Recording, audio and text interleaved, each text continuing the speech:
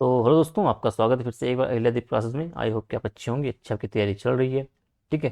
तो अभी है दिन का टाइम और आज हम देखने वाले हैं आपका GS1 और GS2 का बेसिकली जो दो पेपर बचे उनको अब हमें देखना है। तो सबसे पहले तो आपको बधाई कि आपने हम 6 पेपर आपके ख़त्म कर चुके हैं। ठीक है। सिर्फ दो पेपर बचे आपका GS1 GS2। GS1 का मैंने कल कहा था कि आर्ट एंड कल्चर का सेगमेंट हम कल आज सुबह देखने वाले थे, लेकिन इसका जो एक नोट्स को कंसोलिडेट करने का और थोड़ा सा काम बचा हुआ था कल रात को जो मैं कर नहीं पाया, तो मैंने सुबह किया और जस्ट अभी मैंने वो फिनिश किया है। तो अब मैं हम जो क्लास है आर्ट एंड कल्चर की वो देखने वाले हैं। ठीक है। सिलेबस में आप आओगे सीधा GS1 के पेपर में आपके पहले यूनिट आपके कल्चर के बारे में बोलता है कि भाई जो आपका भारतीय संस्कृति में प्राचीन काल से लेके आधुनिक काल तक के जो कला के रूप हैं, साहित्य, वास्तुकला और उनके मुख्य पहलू आपके शामिल होंगे। ठीक है। अब इसमें तो एक लाइन आपके लिखी है, लेकिन जब आप इसका वास्तविक सिलेबस आप उठाओगे तो आपका ये है, इसमें आपको ये 9-10 यूनिट आपको देखने मिलती है पड़ती है बेसिकली। पूर्व ऐतिहासिक काल, आदि ऐतिहासिक काल से लेके आपका 1 2। ठीक है। इसमें आपका वैदिक काल से पूर्व मध्यकाल तक राजनीतिक, आर्थिक और सामाजिक दशा कैसी थी। आपका वैदिक काल से पूर्व मध्यकाल तक धर्म दर्शन आपका हो गया। मौर्य काल से पूर्व मध्यकाल तक आपका स्थापत्य कला का विकास आपका हो गया। प्राचीन काल से लेके और पूर्व मध्यकाल तक मूर्तिकला, चित्रकला, संगीत और नृत्य कला, शिक्षा, भाषा साहित्य का विकास किस तरीके से हुआ। मध्यकालीन राजनीतिक में आर्थिक और सामाजिक व्यवस्था कैसी थी, किस तरीके से निरंतरता बनी हुई थी और क्या परिवर्तन वहाँ आपको देखने को मिलते हैं। मध्यकालीन भारत में भक्ति और सूफी आंदोलन आपका हो गया। तो ऐसे आपके कम से कम 9 से 10 आपकी टॉपिक अपने इसमें आपको देखने को मतलब पढ़ते हैं बेसिकली। ठीक है। तो मैंने इन्हें कैटेगराइज कर रखा है। अब इन्हें हम देखेंगे सभी को। ठीक है। लेकिन इनमें से जो महत्वपूर्ण वाले सेगमेंट हैं, जैसे आपके सवाल बनने के हाई चांसेस रहते हैं, उन पे हम विशेष फोकस करेंगे। जैसे कौन कौन से आप उसमें आओगे, सिंधु सभ्यता घाटी की जो आपकी पढ़ना उसमें जो नगर नियोजन जो पद्धति उनकी थी। ठीक है। मूर्तिकला वहाँ पे तो जो था। आप फिर आओगे गुप्त काल में आओगे, वहाँ का जो आपका स्वर्ण काल जो आप बोलते हैं। ठीक है। आपका जो मूर्तिकला उसमें था जो आपके कुषाण और जो उसमें गांधार शैली आपकी होगी। आपका बौद्ध धर्म आपका हो गया। ठीक है। उनसे संबंधित आपके पहलू हो। फिर आप भक्ति और सूफी आंदोलन पे पाओगे, इसे आप पढ़ोगे, ये इंपॉर्टेंट आपका हो गया। स्थापत्य में आप जब आओगे तो मुगल कालीन जो आपकी चीज़ें आपको देखने को मिलती है, जिसमें आपका मेहराब वगैरह चीज़ें आपको देखने को मिलती है। तो वो सब चीज़ें हम विशेष फोकस करेंगे, क्योंकि इतना बड़ा सिलेबस है और एक क्लास में कर पाना तो बहुत बड़ा एक खुद ही में चैलेंज वाली बात है। ठीक है। तो हम सभी चीज़ों को सब देखते हुए चलेंगे, लेकिन जो विशेष फोकस हम उन्हीं टॉपिक पर करेंगे जो आपका सिलेबस पे मतलब जो इंपॉर्टेंट है आपके एग्जाम की दृष्टि से, जिनसे सवाल आपके पीछे ही पूछे गए हैं और आने चांसेस आपके हाई रहते हैं उनमें आने से संबंधित। ठीक है। तो प्रत्येक यूनिट के नीचे मैंने कुछ मॉडल सवाल आपके लिखे होंगे, आपको उन्हें अभी बैठ के प्रैक्टिस करनी है जैसे आपका टॉपिक खत्म होगा। ठीक है। तो सीधा आपका जो पहला आप देखोगे वो आपका पूर्व ऐतिहासिक काल और आदि ऐतिहासिक काल है। अब इसमें ये सब आपने पढ़ा हुआ है, सब कुछ आपको पता हुआ है। ठीक है। ये सब चीज़ें आपको पता है। अब आपको सिर्फ इतना ध्यान रखना है, इतना करना क्या है, आपको विशेषताएं पढ़नी, बस विशेषताएं आपको थोड़ा सा याद करके जाना है। जैसे पाषाणों की बात होगी तो पाषाणों की जो विशेषता आपको है, इनको आपको थोड़ा सा देखते रहना है कि इसमें जीवन शिकार संग्रह आधारित था, गुफा आश्रम में निवास था, और आपके हैंड एक्स स्क्रैपर चॉपर आपके थे, अग्नि का ज्ञान आपका संभवतः इसी काल में हुआ। ठीक है। तो इन जो विशेषताएं बेसिकली इनको आपको जानते रहना है बस। अगर इसमें सवाल बनेगा तो सीधा आपका इन विशेषताओं को लेकर पूछेगा, पाषाण युग दे देगा या आपका मध्य आपका पाषाण युग दे देगा, नव पाषाण युग दे देगा। ठीक है। तो स्पेसिफिक युग का आपको नाम देगा और उसकी प्रमुख विशेषताएं जो है उनके बारे में आपको सवाल पूछेगा। वैसे मध्य पाषाण काल की विशेषता इनको आपको जानते रहना है भाई कि आप में इसमें सूक्ष्म आपके जो औजार है माइक्रोलिथ थे, इनका प्रयोग हुआ। अर्धस्थायी जीवन था, झोपड़ियों का निर्माण शुरू हुआ, कुत्ते का पालन, पालतू पशु का प्रथम उदाहरण, कला, भीमबेटका की गुफाओं में रंगीन चित्र, पशु मानव नृत्य दृश्य, अंत्येष्टि संस्करण, प्रारंभिक संकेत। ठीक है। तो ये आपके मध्य पाषाण युग की आपकी विशेषता है। ठीक है। आप फिर नव पाषाण युग पे आओगे तो नव पाषाण युग की जो विशेषता है आप इनको आपको ध्यान रखना है। ये आपकी जो चीज़ें हैं इनकी आपको प्रैक्टिस करनी है कि भाई इस टाइम पे कृषि का प्रारंभ हुआ, गेहूं जौ धान की खेती आपकी हुई, पशुपालन में गाय बकरी भेड़ सूअर थे, स्थायी ग्राम जीवन आपको देखने को मिलता है, मिट्टी लकड़ी के घर आपको देखने को मिलते हैं, मृदभांड आपका हो गया, उसका प्रयोग हुआ, चक्के का उपयोग हो गया, कला मिट्टी के बर्तन, पत्थर के औजार, पशु आकृति, इनके कला के आपके प्रारंभिक स्वरूप के रूप में इन्होंने आपके एक कोशिश की। धर्म, इनमें प्रकृति पूजा था, पूर्वज पूजा था, इनके संकेत मिले हैं। ठीक है। नवपाषाण युग में मानव सभ्यता का वास्तविक आरंभ हुआ। तो आपको क्या करना है, जो काल विशेष की विशेषताएं उनको प्रैक्टिस करनी है, उनको थोड़ा सा ध्यान रखना है। सवाल अगर बनेंगे तो इन्हीं विशेषताओं को लेकर आपका सवाल बनेगा। ठीक है। फिर ताम्रपाषाण युग में आओ। ताम्रपाषाण आप बोलोगे कि भाई तांबे के औजारों का प्रयोग आपका हो गया, इसके साथ पत्थर के उपकरण आपके हुए, कृषि और आपका पशुपालन उन्नत अवस्था में था, मृद भांडुक पर ज्यामितीय डिजाइन था, धातु निर्माण व्यापार का प्रारंभ आपका हुआ, बस्तियाँ योजनाबद्ध आपकी हुई, मिट्टी के मकान आपके बने, धर्म देवी माता की पूजा। और यह काल आ गया नवपाषाण और हड़प्पा सभ्यता के बीच एक पुल का काम करता है। ठीक है। ये नव और हड़प्पा, तो कहने का मतलब है इस वाले आपका जो यूनिट बेसिकली जो है, इसमें आपको जो विशेषता है प्रत्येक काल विशेष की, उनको आपको ध्यान रखना है। ठीक है, फिर आप आदि ऐतिहासिक काल में आओगे भाई। ठीक है, तो इसमें आप जब क्या होगा कि जब मतलब ये सब चीज़ें आपको पता ही है। ठीक है, इसमें आपको प्रमुख सभ्यता सिंधु घाटी सभ्यता की आप बात करोगे। ठीक है, हड़प्पा मोहनजोदड़ो ये सब चीज़ें। अब फिर हम इसे आगे और डिटेल में देखेंगे, तो आपको इसमें आपको इन सब चीज़ों को आपको विशेषता में ध्यान रखोगे। आदि ऐतिहासिक काल के पूछता है अगर वो कि भाई योजनाबद्ध नगर नियोजन आपका जो आपका है सिंधु घाटी की, सड़कें नाले ईंटों के मकान, कला नृत्य करती आपकी जो लड़की है, पशुपालक आपके हो गए, जो मोहरे वगैरह मिली हैं, धर्म आपका माता देवी पशुपति महादेव अग्निवेदिका, लिपि चित्रलिपि थी उस पर आधारित आपका था, अब तक वो अपठनीय है, व्यापार हमेशा पोर्ट से आपको संबंध मिलता है, प्रशासन संबोधन नगर परिषद या व्यापारी वर्ग द्वारा संचालित थी। ठीक है, तो आदि ऐतिहासिक काल ने क्या किया, भारत में सभ्यता का पूर्ण शहरी रूप आपका प्रस्तुत किया। ठीक है, तो ये विशेषताएं आपको थोड़ी सी ध्यान रखनी है। ठीक है, अब इनमें सांस्कृतिक विशेषताएं क्या है भाई थी, जो इन जब इसमें आओगे आप, पूर्व आपका जो प्राचीन काल से लेकर आपका ऐतिहासिक काल तक आप लोग जो तकनीकी विकास आपको हुआ, पत्थर से धातु तक आपको देखने को मिला, आर्थिक परिवर्तन आपका शिकार से व्यापार तक आपका हुआ, सामाजिक जीवन आपका परिवार और ग्राम्य इकाई का निर्माण आपका हुआ, धार्मिक विश्वास आपका प्रकृति जननी देवी पूर्वज आपका पूजा आपका, कलात्मक अभिव्यक्ति की बात करोगे आप, स्थायी आवास की बात करो, तो ये सब बेसिकली आप हो गए सांस्कृतिक विशेषताओं के अंदर। ठीक है, तो इन्हें आप सांस्कृतिक विशेषताओं के अंदर आप रखोगे। ठीक है, ये आपका संक्रमण की बात करता है। ठीक है, इसे आप छोड़ो, मैं तो आपको इसको आपको देखते रहना है, इसे आप पढ़ के जाओगे, ये निष्कर्ष हो गया। और इसके संभावित प्रश्न होंगे भाई कि जो आपकी पूर्व ऐतिहासिक काल की विशेषताओं, ठीक है, आपकी जो पूर्व ऐतिहासिक काल में आपके कला धर्म के विकास का मूल्यांकन आपको करना है। ठीक है, ऐतिहासिक संस्कृति की आपकी विशेषताओं को बताना है। तो इन बेसिकली आपको विशेषताओं को थोड़ा सा आपको देखते हुए रहना है, समझिए। बाकी जो ये भीमबेटका गुफा आपकी हुई है, ठीक है, आपका जो ये वाली अजंता गुफा आपकी हुई, भीमबेटका आपकी हुई, इनको थोड़ा सा आपको पढ़ के जाना है। इन पे जो आपका चीज़ें आपको मिली, इनके बारे में थोड़ा सा आपको याद करके जाना है, इनको थोड़ा सा अपने चीज़ों को देख के जाना। ठीक है, तो इस वाले यूनिट से आपको इतनी बातें जाननी है। हड़प्पा को लेकर अलग से एक यूनिट आपको देखेंगे। ठीक है, तो अगला आपका है वैदिक काल से लेकर पूर्व मध्य काल तक आपका राजनीतिक आर्थिक और सामाजिक दिशा एवं दिशा। ठीक है, ठीक है, तो एक काम करते हैं, इससे पहले सिंधु घाटी सभ्यता आप थोड़ा देख ही लो। ठीक है, उसको आप देख लो, उससे क्या, वैसे तो बीच बीच में आपको मैंने ऐड कर रखा है, बट एक स्पेसिफिक आपका जो ऐड है वो आपका है, वो देख लो आप। किधर था, यहाँ से। ठीक है, तो सिंधु घाटी सभ्यता के बारे में क्या जानना है, इसमें दो तीन चीज़ आपको ध्यान रखनी है। ये सब आपको पता है, ठीक है, ये सब आपने पढ़ा होगा। मेंस के लिए इंपॉर्टेंट आपका ये एक ही है कि आपका जो नगर नियोजन और स्थापत्य कला आपको जानना है कि सिंधु घाटी सभ्यता की नगर नियोजन स्थिति जो आपकी थी, ठीक है, जो स्थापत्य कला आपकी विशेषताएं थी। तो आप बोलोगे कि एक आपका शहरी नियोजन था भाई, इसमें आपका पूरी सभ्यता आपकी योजनाबद्ध नगरों के लिए आपका प्रसिद्ध है। आपका ग्रिड पैटर्न पे आपके जो है सड़कों को समकोणीय जाल आपका था, यानी कि उत्तर दक्षिण पूर्व पश्चिम दिशा में इस तरीके से। ठीक है, इसमें आपके जो शहर था आपके दो भागों में विभाजन था, एक आपके ऊपरी नगर, एक आपके निचला नगर। ऊपरी नगर आपका शासक वर्ग और निचला वर्ग आपके जो आम जनता आपकी हो गई, आम लोग आपके हो गए। निर्माण सामग्री के रूप में क्या बोलोगे आप, इसमें आपकी पक्की हुई ईंटें मिली हैं, आपकी पत्थर भी मिले हैं, लकड़ी भी मिली है। जल निकासी प्रणाली आपकी अत्यंत विकसित थी। ठीक है, प्रत्येक घर से आपके मुख्य नल तक आपकी पाइपलाइन आपकी जुड़ी होती थी। इन बातों को आपको विशेष अपने आंसर में डालना है। ठीक है, प्रत्येक लाइन को आप मुख्य स्थापत्य संरचना की आप बताओगे भाई कि इस महान स्नानगर आपका हो गया, अन्नागार जो बना आपका है, आपका जो धौलावीर में आपका जो 31 नगर आपका मिला है, जो लोथल में आपका जो गोदीवाड़ा वाला गोदीयाड़ा मिला आपका मिला है, डॉक यार्ड आपका मिला है। महाराष्ट्र आपका जो है वो मोहनजोदड़ो में मिला है भाई, एक धार्मिक स्नान के लिए। अन्नागार आपका एक संग्रहण संरचना के रूप में आपको मिली है हड़प्पा मोहनजोदड़ो में। धोलावीरा में क्या आपका जो नगर है, बाकी नगर तो दो स्तर में ऊपर नीचे, ये आपका 3 स्तरीय आपका नगर है। जल संग्रह आपका जो टैंक यहाँ मिला है, पत्थर से निर्मित भवन आपके मिले हैं। डॉकयार्ड से मतलब जो लोथल से आपका एक डॉकयार्ड मिला है, जो आपका समुद्री व्यापार केंद्र का संकेत है। तो मुख्य स्थापत्य संरचना में आप इन बातों का उल्लेख करो, चार बातों, चार टॉपिक को आप डालोगे। ठीक है, चार पॉइंट डालोगे।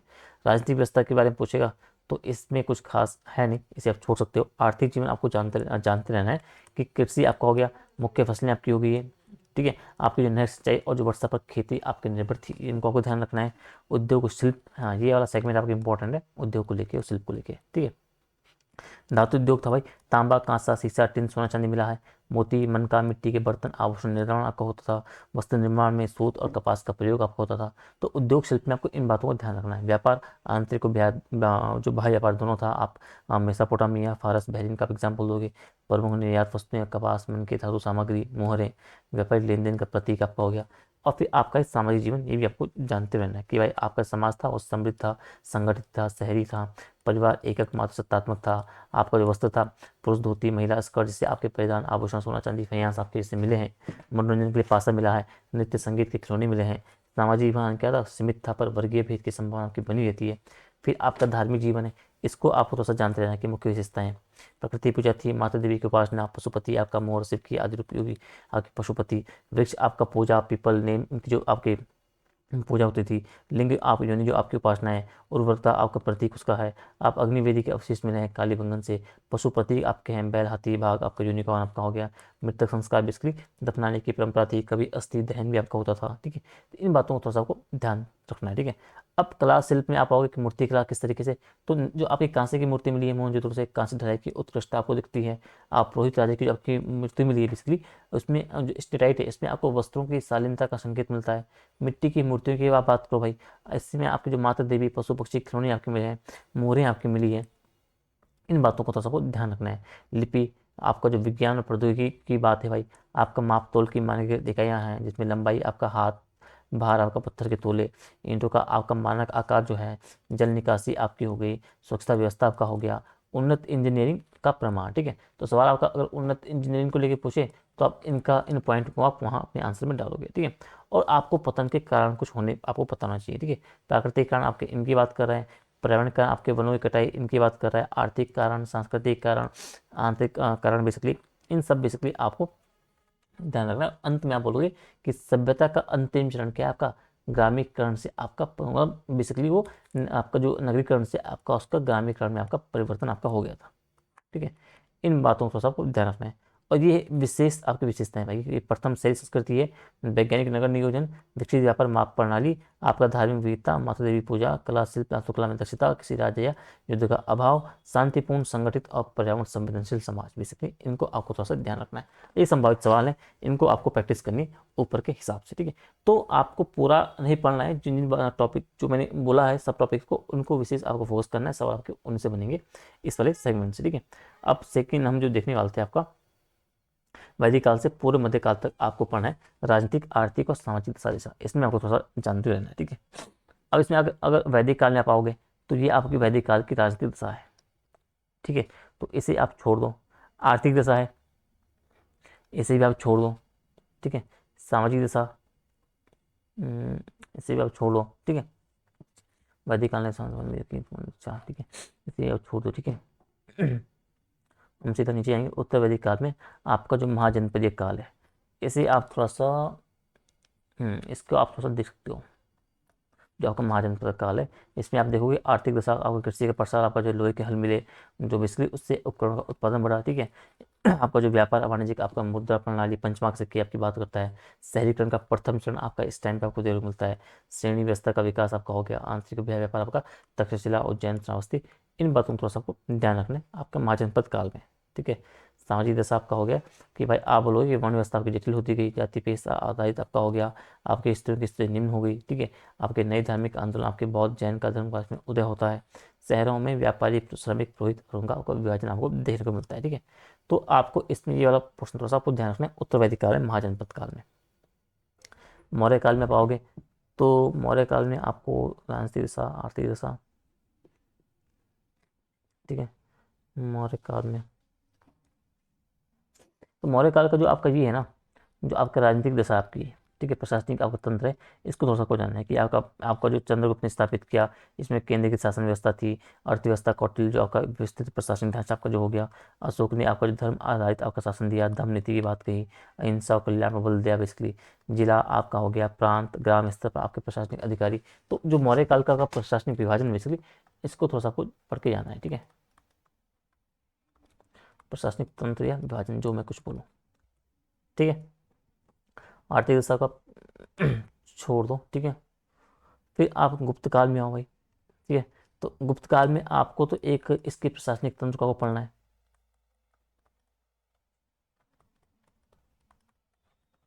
ठीक है, और इसमें आप जो करोगे बेसिकली, अच्छा वो जो स्वर्ण काल वाला हिस्सा है ना, वो भी हम नीचे है। ठीक है, वो हम वहाँ पे देखेंगे, इसे आप यहाँ रहने दो भी आप। ठीक है। बाकी थोड़ा सा आपका जो ये वाला पोर्शन है, आपका ये वाला कि नालंदा जो विश्वविद्यालय है, विक्रमशिला, इनको थोड़ा सा आपको जानते रहना है। अजंता एलोरा किला, इनको थोड़ा सा अलग से पढ़ लेना, ठीक है। गुप्तोत्तर काल, जैसे भी आप छोड़ दो, इसमें कुछ खास है नहीं। प्रारंभिक मध्यकाल में अपराध दशा, इनसे भी आप छोड़ दो, ठीक है।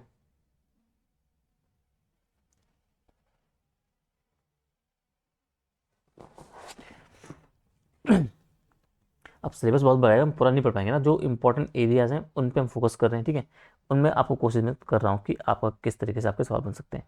अब इसमें ये धर्म और दर्शन की बात करें तो यहाँ पे थोड़ा सा आपका इंपॉर्टेंट हो जाता है, ठीक है।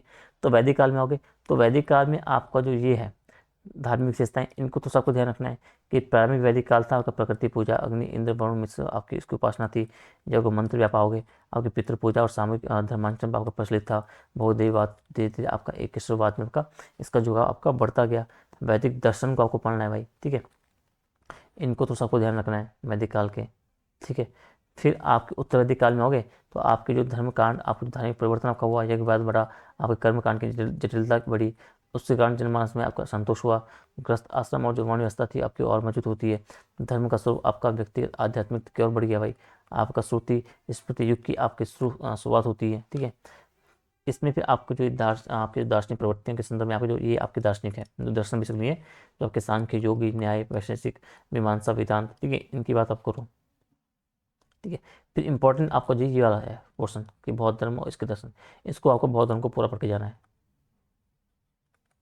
इसके धार्मिक सिद्धांत जो आपके किस तरीके पे हैं कि गौतम बुद्ध ने आपका मध्यम मार्ग का प्रतिपादन किया, चार आर्य सत्य दिए, अष्टांगिक मार्ग आपको इनमें नींव रखी हुई, इसलिए ईश्वर की अवधारणा का निषेध किया, ध्यान और करुणा पर बल दिया, ठीक है।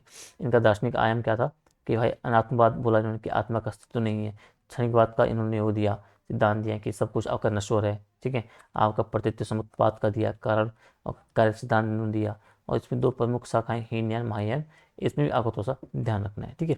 तो बौद्ध धर्म को लेके आपको थोड़ा सा डिटेल में पढ़ना है। इसके जो आपके आपका दार्शनिक पक्ष हो गया, इसकी जो शिक्षाएं आपकी होगी, जो आपके सिद्धांत हो गए, इनको आपको थोड़ा सा डिटेल में आपको लेके चलना है, समझ गए। फिर आपका जैन धर्म, जैन धर्म में आप थोड़ा सा इसके जो आपके दार्शनिक सिद्धांत आपका ये वाला है, अनेकांतवाद, आपका श्यादवाद और कर्म सिद्धांत, इनको आपको थोड़ा सा पढ़ के जाना है। अगर सवाल बनेगा तो इस पोर्शन से आपका सवाल बनने के चांसेस हैं, ठीक है। फिर आप उत्तर वैदिक उत्तरकालीन उसमें आओगे, वैदिक धर्म में उससे किस तरीके से आपका पौराणिक हिंदू धर्म तक आपका बेसिकली विकास होता है धर्म का, ठीक है। हम्म, इस पर भी छोड़ो आप। गुप्त एवं पूर्व मध्यकालीन धर्म आपका जो दर्शन में आप देखोगे, इसे आप छोड़ सकते हो, ठीक है। बाकी ये मॉडल सवाल है, इन्हें आप प्रैक्टिस करना है आपको। अगला आपका है मौर्य काल से पूर्व मध्यकाल तक स्थापत्य कला का विकास, ठीक है। अब इसमें जो आप आओगे बेसिकली तो स्थापत्य कला में मौर्य काल में आपका कुछ ऐसा है नहीं, तीन चार चीज़ें हैं। अगर मौर्य काल में आप देखोगे तो इसमें एक तो पाटलिपुत्र का जो महल है उसके आप उसको आपको बताना है। अब अशोक का जो स्तंभ बेसिकली उसका आपको दे, अब अशोक स्तंभ पे इंडिविजुअल आपका सवाल बन सकता है। और अगर मौर्य काल स्थापत्य को पूछे तो आप इसको वहाँ पे डालना है, ठीक है। इसमें जो सारनाथ का आपका हो गया, एक आसन पत्थर से निर्मित हो गया, चमकदार पॉलिश की बात हो गई, भारत का राष्ट्रपति का आपका हो गया, शिलालेख पर धम्म नीति और जो प्रशासनिक आदेश हो गए, इन सबको आपको इसके अंतर्गत आप डालोगे कि। और साथ ही आप बात करोगे गुफा और वास्तुकला की, जो आपके बराबर गुफाएं आपकी हो गई, जो आपकी नागार्जुन गुफाएं हो गई बिहार में। तो इसमें जो बेसिकली बिहार आपका हो गया, इसमें आपको आजीविक संप्रदाय की जो दी गई थी आपके पॉलिश ग्रेनाइट सतह आपकी हो गई, अर्धवृत्ताकार छत आपको हो गए। तो मौर्य आपका जब आओगे मौर्य काल में आपका क्या है, स्थापत्य कला का विकास। तो मौर्य काल में स्थापत्य कला में विकास में को तीन चार पॉइंट आपको ध्यान रखने हैं,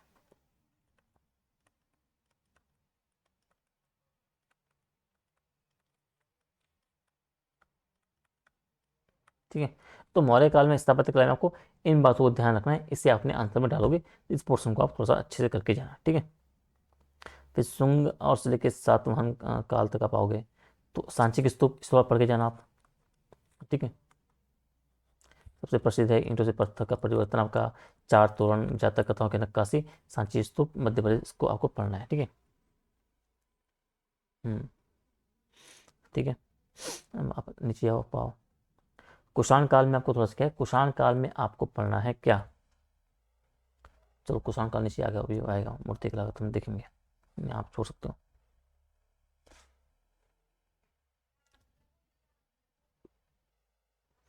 फिर आएगा गुप्त काल। अब गुप्त काल, अब इसमें किस में है, जो स्थापत्य का स्वर्ण युग बोल रहा है, तो ये आपको थोड़ा सा जानते रहना है कि गुप्त काल को स्थापत्य का स्वर्ण युग क्यों बोलते हैं भाई। तो ये पॉइंट थोड़ा सा आपको जानना है।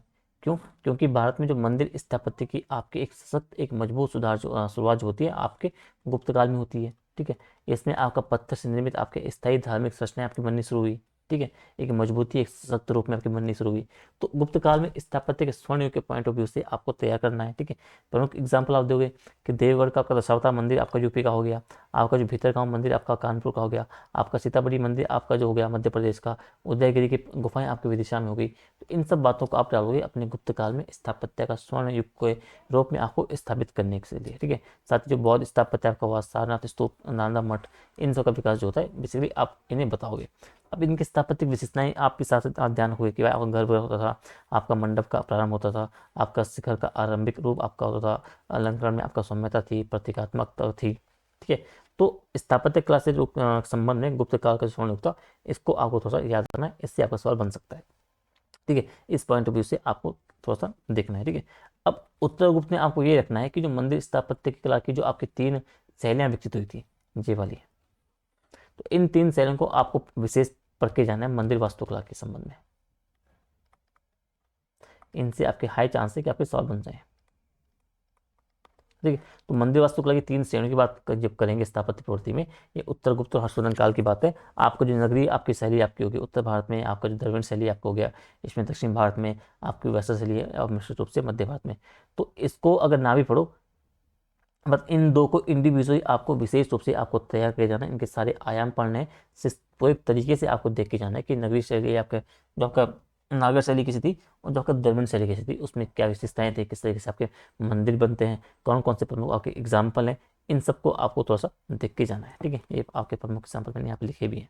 ठीक है, तो आपका इंपॉर्टेंट है। तो अभी हम इसी तरीके से पढ़ रहे हैं। ठीक है, क्योंकि यही एक बेटर आपको ऑप्शन है कि मैं आपको टॉपिक्स को आपको थोड़ा सा बता दूं भाई कि कौन कौन सी आपके इंपॉर्टेंट है, बाकी हम साथ में साथ एक्सप्लेन भी करते रहेंगे चीज़ों को। ठीक है, ताकि आप अपने स्तर से भी, मैं अगर आपको 1 घंटे क्लास दे रहा हूँ तो आपको उस क्लास को एक्सप्लेन डिटेल में खोल के 3 से 4 घंटे तक आपको उस पर काम करना है। ठीक है, आपको चीज़ें बता रहा हूँ। ठीक है, तो अभी जब PDF अपलोड करूँगा तो जो जो आपके इंपॉर्टेंट एरियाज हैं वहाँ पर मैं इंपॉर्टेंट लिख के दे दूँगा। ठीक है, तो आप जब PDF पढ़ोगे तो वहाँ से आपको थोड़ा आइडिया मिल जाएगा कि ये वाला एरिया इंपॉर्टेंट है, इस पर आपको विशेष आपको ध्यान देना है। समझ गए? तो अब फिर प्रारंभिक मध्यकाल में पाओ, इसमें आपका स्थापत्य की आप बात करो, इसमें कुछ खास है नहीं। ठीक है, कुछ खास है नहीं। ठीक है, वैसे चलिए आपका हो गया कांचीपुरम महावरी, चलो ठीक है, ये भी आप छोड़ो। ठीक है, इनको तो सब देखते रहो, ये संभावित प्रश्न है। ठीक है, अब है प्राचीन काल से लेके पूर्व मध्य काल तक आपकी जो मूर्ति कला, अब चित्रकला, संगीत, नृत्य कला, शिक्षा और भाषा साहित्य का विकास की बात कर रहा है, किस तरीके से आपका हुआ है। ठीक है, तो अब पहले सिंधु घाटी सभ्यता का आप देखो भाई, इसमें मूर्तिकला का विकास कैसे हुआ भाई। तो इसमें आपको पक्की आपकी अब ये चैप्टर बहुत इंपॉर्टेंट है। ठीक है, इसमें मूर्तिकला का विकास होगा तो आप भाई पक्की आपकी मिट्टी की मूर्ति बनी है, पत्थर की मूर्ति आपकी मिली है, कांसे की मूर्तियाँ आपकी मिली हैं। ठीक है, प्रमुख मूर्तियों में आपकी नृत्य करती हुई आपकी युवती जो कांसे आपकी मिली है मोहनजोदड़ो से, या फिर गतिशीलता और यथार्थवाद का एग्जाम्पल है। आपका यज्ञ पुरुष जो आपका मिला है, पुजारी राजा आपका मिला है पत्थर का, और गंभीर भाव भंगिमा आपकी इसमें दिखाता है। आपकी पशु आकृतियाँ, सील मोहरों प्राप्त देवी देवताओं के मिले हैं, प्रोटो शिव माता देवी, ये भी आपके प्रमुख मूर्तियों के रूप में आपको इनका उल्लेख करना है।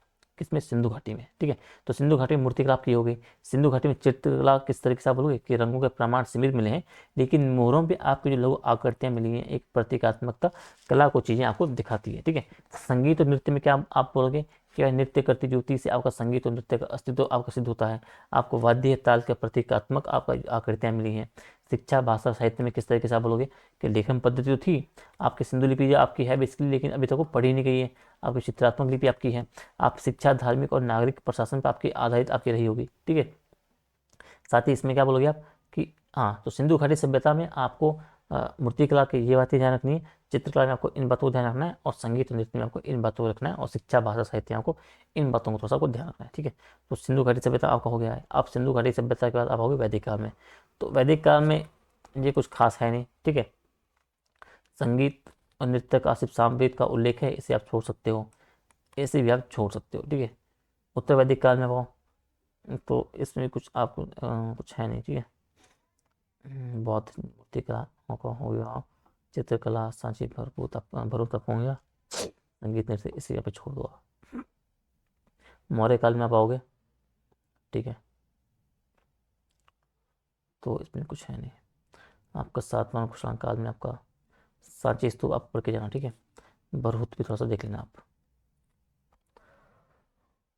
हम्म तो सातवां इसमें आपको कुषाण काल में आपको जो ये ना, ये गांधार कला और मथुरा कला,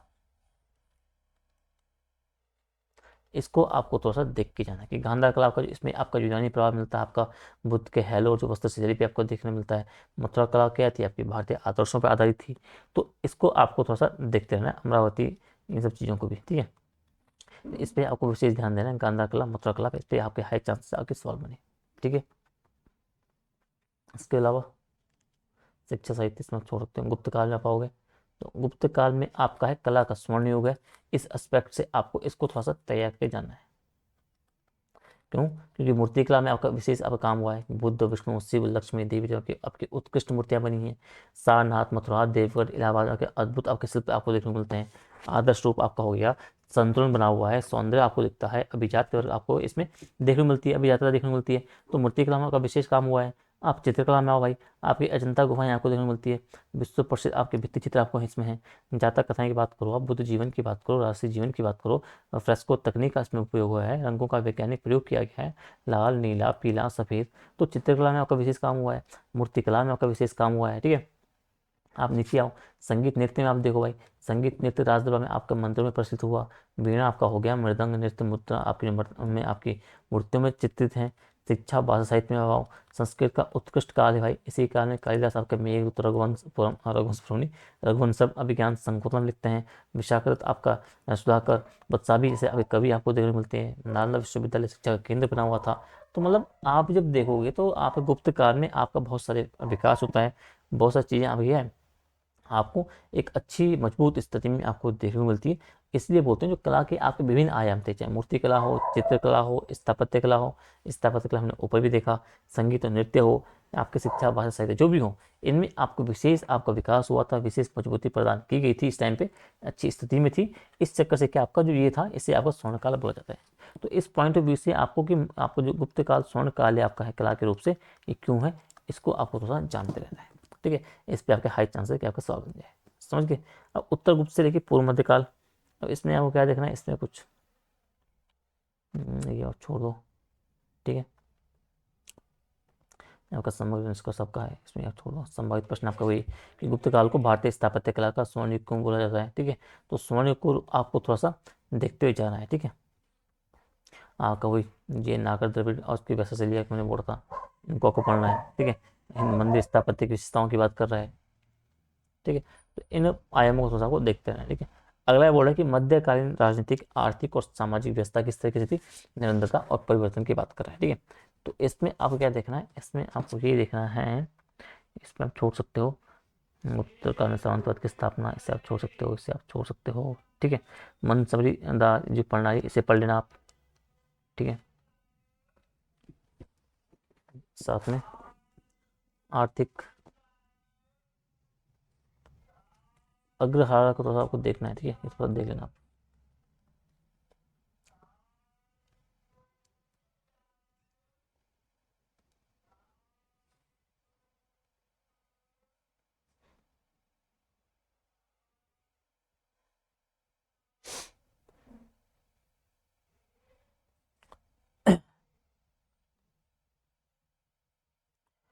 तो एक आयाम जो आपका ये है, इसमें आपको ये ध्यान रखना है, कौन सा, कहाँ गया वो, चार, हाँ, कि जो मध्यकालीन आप जो राजनीतिक, जो आर्थिक और जो सामाजिक व्यवस्था थी, उसमें निरंतरता परिवर्तन की बात कर रहे हैं कि क्या कौन से आयाम ऐसे जो उसमें निरंतरता को दिखाते हैं और कौन से आयाम ऐसे हैं जो उसमें परिवर्तन की बात दिखाते हैं, मध्यकालीन की बात कर रहे हैं। तो आपके निरंतरता किस तरह से दिखेगी कि जो आपकी राजनीतिक व्यवस्था थी उसमें आपकी सामंतवादी संरचना बनी रही भाई। परिवर्तन का स्वरूप क्या था कि भाई जो आपका केंद्रीकृत आपका सल्तनत थी और मुगल शासन आपका जो था, आप आर्थिक में क्या थे, कृषि आधारित व्यवस्था बनी रही भाई। लेकिन जो आपका परिवर्तन क्या हुआ, व्यापार हुआ, मुद्रा, उद्योगों का विकास आपका हो गया, सामाजिक में निरंतरता किस तरीके से बोलोगे कि मौन जाति व्यवस्था आपकी बनी रही, लेकिन परिवर्तन क्या हुआ, लेकिन जो आपकी धार्मिक सहिष्णुता बनी, आपका सांस्कृतिक समन्वय, हिंदू मुस्लिम संस्कृति का एक समन्वय आपका हुआ, धार्मिक क्या बोलोगे, आपकी पूजा नहीं, पूजा पद्धति, आपका कर्मकांड सब बना हुआ था, लेकिन परिवर्तन क्या हुआ कि भक्ति सूफी आंदोलन में आपका सामाजिक सुधार आपको देखने को मिले। समझो। अब इसमें जो ये वाला पॉइंट है ना आपका, ये वाला उत्तर मध्यकालीन समाज, तो जो आपका हिंदू मुस्लिम सांस्कृतिक समागम वाली जो बात है, इसको तो सबको ध्यान रखना है।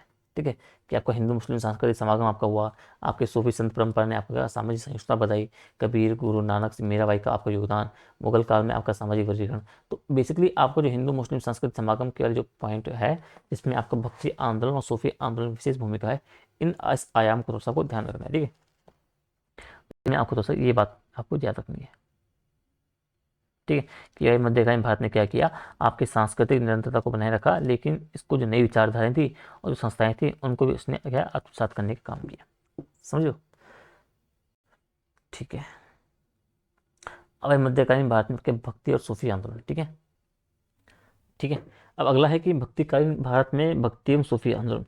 तो ये भक्ति काल, जो भक्ति काल आपका है, जो आपका भक्ति आंदोलन आपका हो गया, सूफी आंदोलन हो गया, ये दोनों बहुत ही इंपॉर्टेंट है। तो भक्ति आंदोलन की बात हो चाहे सूफी आंदोलन की बात हो, भक्ति और सूफी दोनों को आपको अपने स्तर से पूरा डिटेल में पढ़ के जाना है। ठीक है, यहाँ से भी आपके हाई चांसेस हैं कि आपके इसमें भक्ति आंदोलन को लेकर आपका सवाल बन जाए। ठीक है, इसको आपको डिटेल से पढ़ना है कि इसका बैकग्राउंड था, कौन कौन से आपके इसमें चीज़ें आपकी जुड़ी हुई थी, इन्होंने किस तरीके से काम किया, दक्षिण भारत में किस तरीके से काम किया, उत्तर भारत में किस तरीके से काम किया। ठीक है, कौन कौन से लोग इसमें जुड़े हुए थे, कौन कौन से इसमें संत आपके जुड़े हुए थे, इन सबको आपको विशेष आपको अलवार हो गया, नैना संत हो गए, इन सबको आपको विशेष आपको जानना है। ठीक है, तो ये आपका पूरा बैकग्राउंड में दे रखा है। ठीक है, ये आपका भक्ति आंदोलन की बात है कि इसका अर्थ और स्वरूप क्या है भाई। ठीक है, भक्ति का अर्थ है ईश्वर के प्रति प्रेम, समर्पण, आत्मा का एकत्व। ठीक है, इसमें ईश्वर की प्राप्ति कर्म कांड से नहीं बल्कि प्रेम और भक्ति से संभव मानी गई।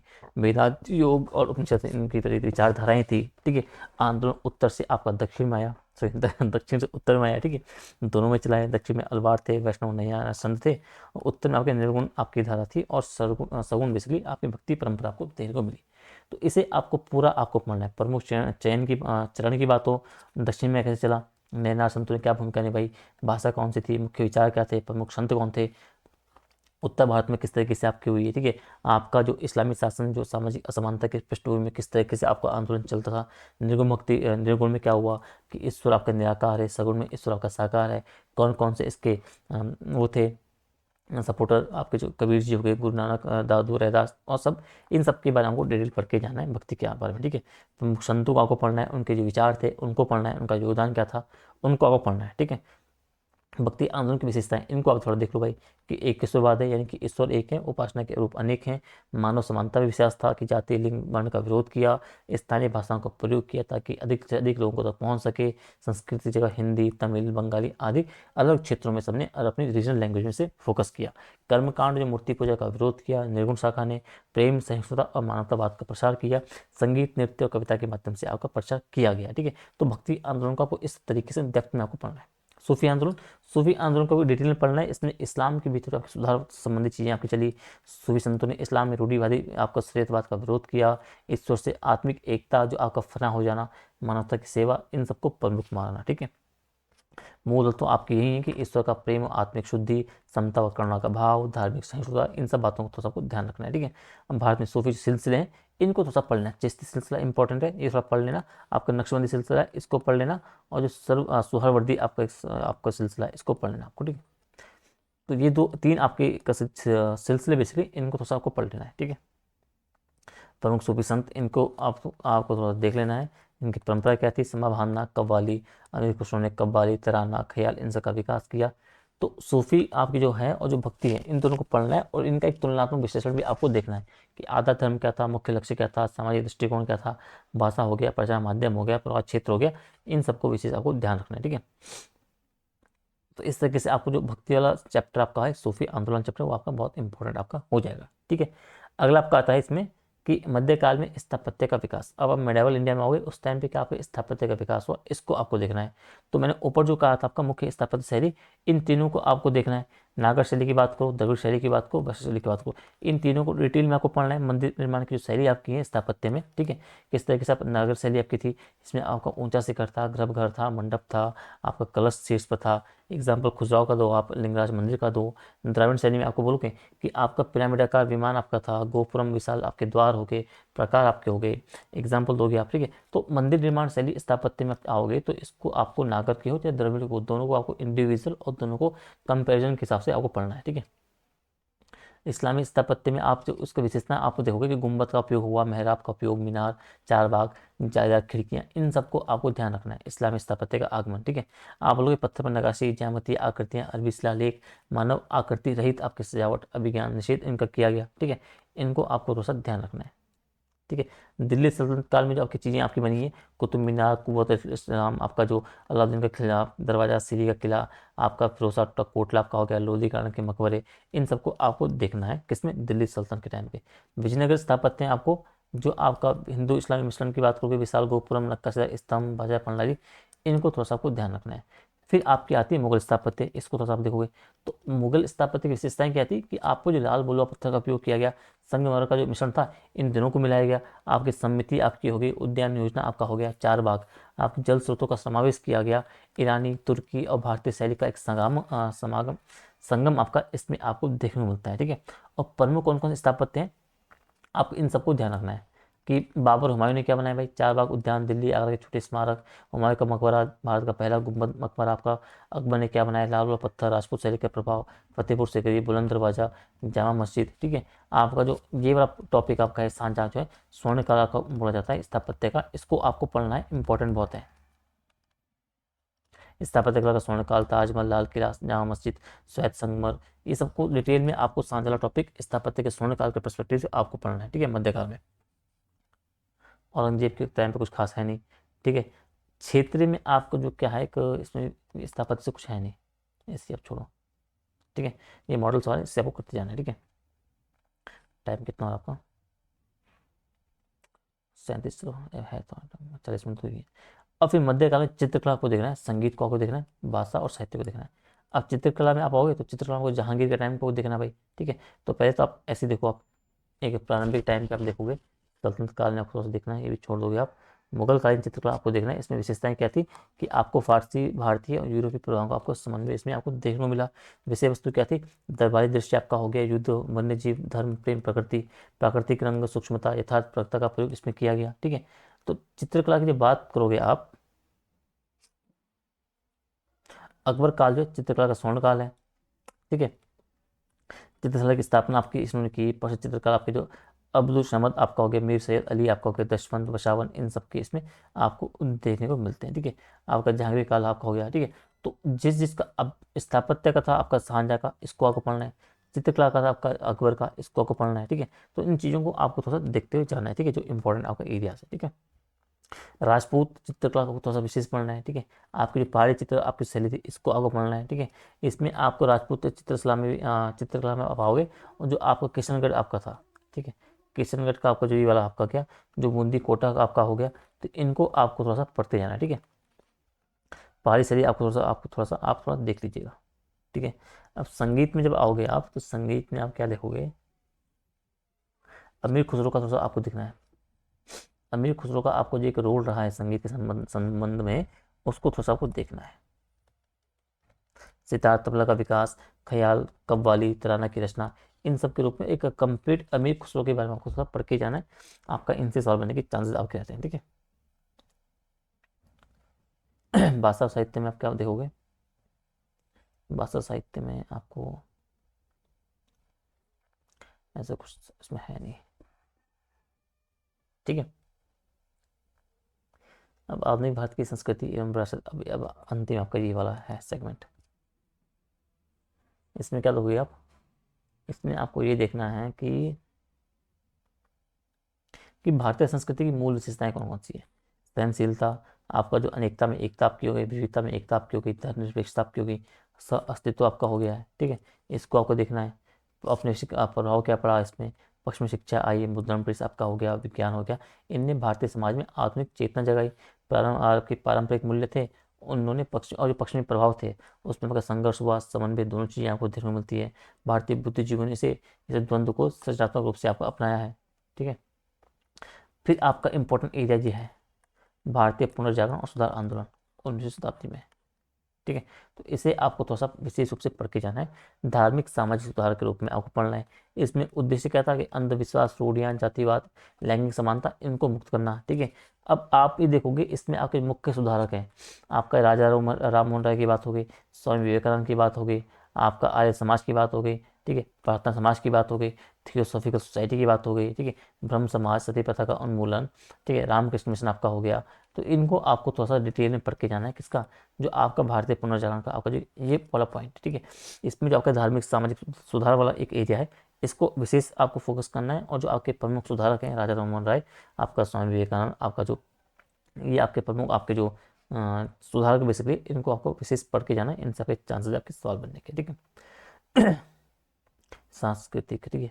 आधुनिक कला, साहित्य, शिक्षा का विकास आप किस तरीके से हो गए, कला, संगीत, ये तो खैर अभी वहाँ भी देखेंगे आपको, जो मेडल पढ़ेंगे, सॉरी मॉडर्न पढ़ेंगे, वहाँ पे हम देख लेंगे। ठीक है। तो राष्ट्रीय आंदोलन, संस्कृति, एकता, राष्ट्रीय आपका निर्माण आपका हो जाएगा। स्वदेशी गांधी युग की बात आप करोगे, स्वतंत्रता, संस्कृति, एकता, विरासत। ठीक है। ये हो गया। ठीक है। तो कहने का मतलब है ये एक जनरल आपकी क्लास थी। ठीक है। जिसमें मैंने आपको बताया है कि आर्ट एंड कल्चर आपको किस तरीके से तैयार करना है, कौन कौन से टॉपिक आपके हैं जहाँ से आपके आर्ट एंड कल्चर के सवाल आपके बनेंगे बनेंगे। ठीक है। तो इसमें हमें ये चीज़ें समझनी थी। ठीक है। अब मैं क्या करूँगा, एक क्लास आपकी और लेके आऊँगा आर्ट एंड कल्चर की। उसमें मैं ये करूँगा कि आपके 15 से 20 या मतलब मैक्सिमम जितने क्वेश्चन बन सकते हैं उन क्वेश्चन को खुद फॉर्म करूँगा, जो टॉपिक पे बताए हैं उनसे, और उनके आंसर भी। ठीक है। तो उस बेसिस पे हम चीज़ों को समझेंगे कि आपके जो इंपॉर्टेंट एरिया है आपको किस तरीके से उन सवालों को टैकल करके चलना है। ठीक है। अभी इस क्लास में आपको इतना ही है, क्योंकि इस तरीके से आपको मैंने बता दिया कि कौन कौन से आपके इंपॉर्टेंट एरियाज हैं। ठीक है। अब मैं करूँगा क्या, इस पीडीएफ को अपलोड जब करूँगा तो पीडीएफ आप पढ़ोगे तो पीडीएफ के जो इंपॉर्टेंट एरियाज हैं जहाँ पे आपके सवाल आपको विशेष ध्यान देना है, मैं उन्हें नोट डाउन कर दूंगा, मतलब उन्हें हाईलाइट कर दूंगा, वहाँ पे लिख लूँगा कि इंपॉर्टेंट या स्टार कर लूँगा। उनसे आप समझ जाओगे कि इन टॉपिक्स को आपको विशेष रूप से आपको तैयार करके जाना है। समझ गए।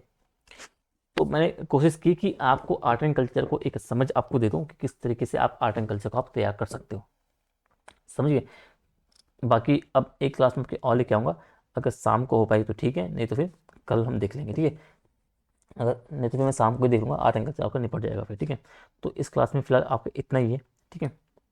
एक क्लास शाम को आपको देखता हूँ, उसमें आपके 15-20 से आप मैक्सिमम जितने आपके क्वेश्चन हो सके, 1 घंटे हम जितना क्वेश्चन कर पाएंगे आपके मैक्सिमम क्वेश्चन को हम टैकल करेंगे, जो आपके संभावित सवाल आपके होंगे, जो आपके एग्जाम में बन सकते हैं। लैंग्वेज भले आपके वो ना हो, लेकिन उसका भाव आपका वही रहेगा। ठीक है। तो अभी के लिए इतना ही है, मिलेंगे आपको शाम के टाइम की वाली क्लास में। तब तक के लिए आप बने रहिए, अच्छे से आप तैयारी करिए, जो जो टॉपिक मैंने बताए इन पर काम करिए, जो क्वेश्चन मैंने दिए हैं उन पर आप प्रैक्टिस करिए। ठीक है। तो मिलते हैं आपको शाम के टाइम, जब तक के लिए अपना ध्यान रखिए। Tata bye.